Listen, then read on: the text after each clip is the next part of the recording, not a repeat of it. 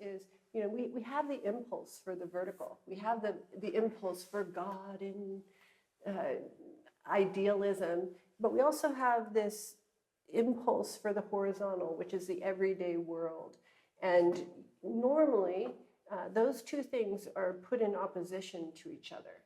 And Eros bypasses that altogether and exists at that intersection, right smack in the middle of it.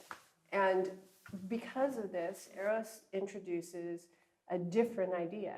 And the different idea that it introduces is Norman Fisher articulated this well, although, again, this is a religious pointing to, but he's both a Jewish scholar and a Zen priest. And somebody said, what is the difference between those two?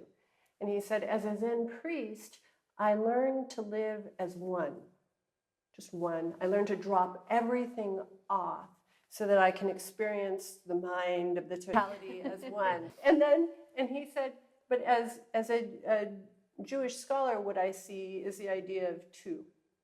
And you have to work with a whole different set of circumstances in the two. You have to work with jealousy. You have to work with comparison. You have to work with competition.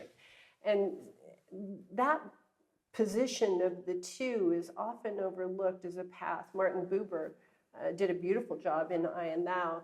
But there's an element to me that's distinctly feminine, a tenor of desire that has its own possession. It has it's a primary number in and of itself. It's an equal and complementary path to take.